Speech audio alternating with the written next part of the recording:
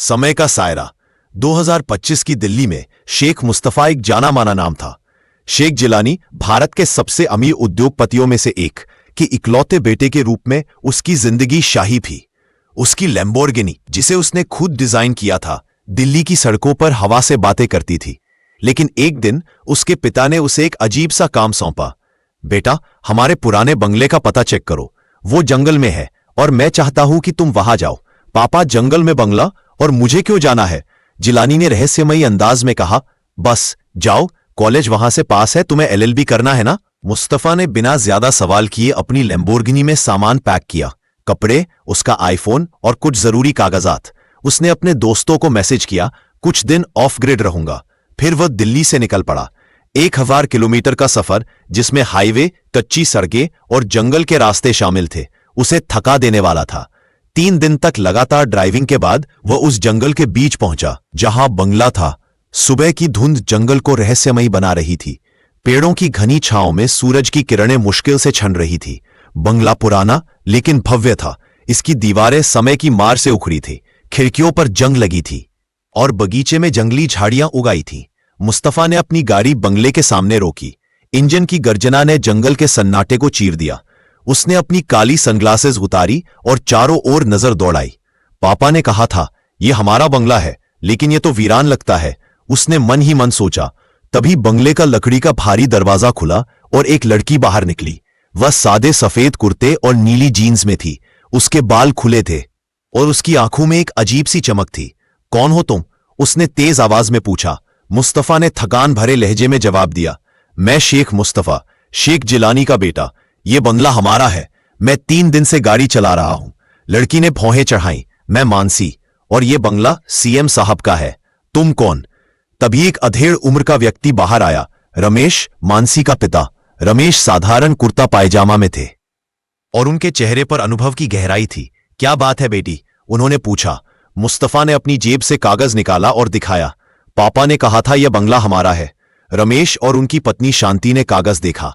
हाँ, ये तो यही जगह है, रमेश ने कहा, लेकिन यह बंगला सीएम साहब का है। हम यहां कुछ समय से रह रहे हैं।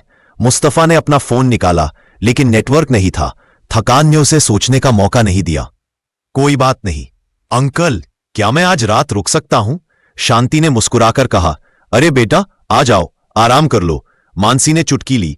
3 दिन से गाड़ी चला रहे हो? कार में ही सोए हो क्या? और ये गाड़ी इतनी शानदार कैसे? मुस्तफा हंसा। हाँ, कुछ वैसा ही। गाड़ी मेरा आधा घर है। मुस्तफा को एक कमरा दिया गया। कमरा पुराना था लेकिन साफ सुथरा। लकड़ी की अलमारी, पुरानी पेंटिंग्स और खिड़की से जंगल का नजारा। सब कुछ उसे किसी और युग का लग रहा था। वह बिस्तर पर लेटा और पलक झपकते ही गहरी नींद में डूब गया।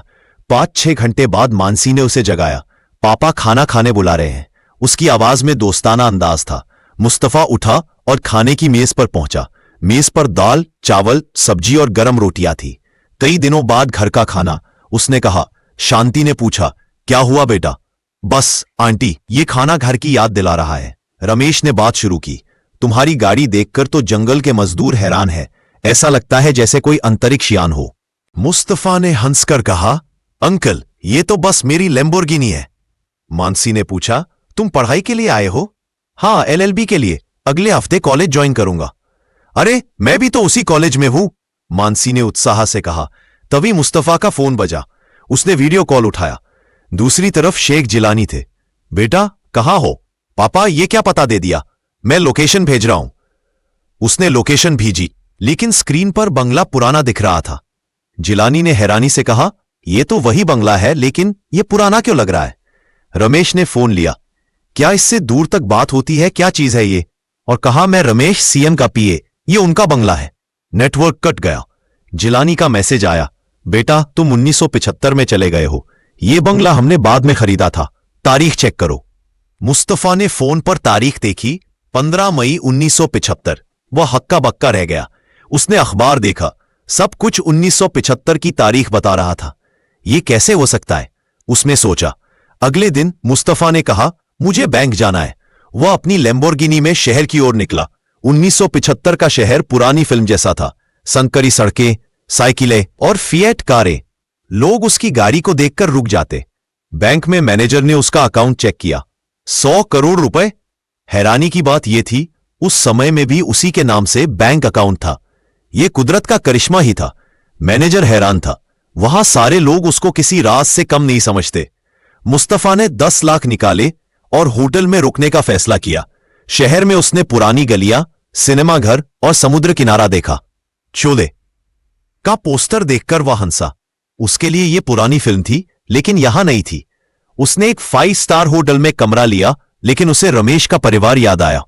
तो यहां अपनी कहानी का पहला एपिसोड खत्म होता है।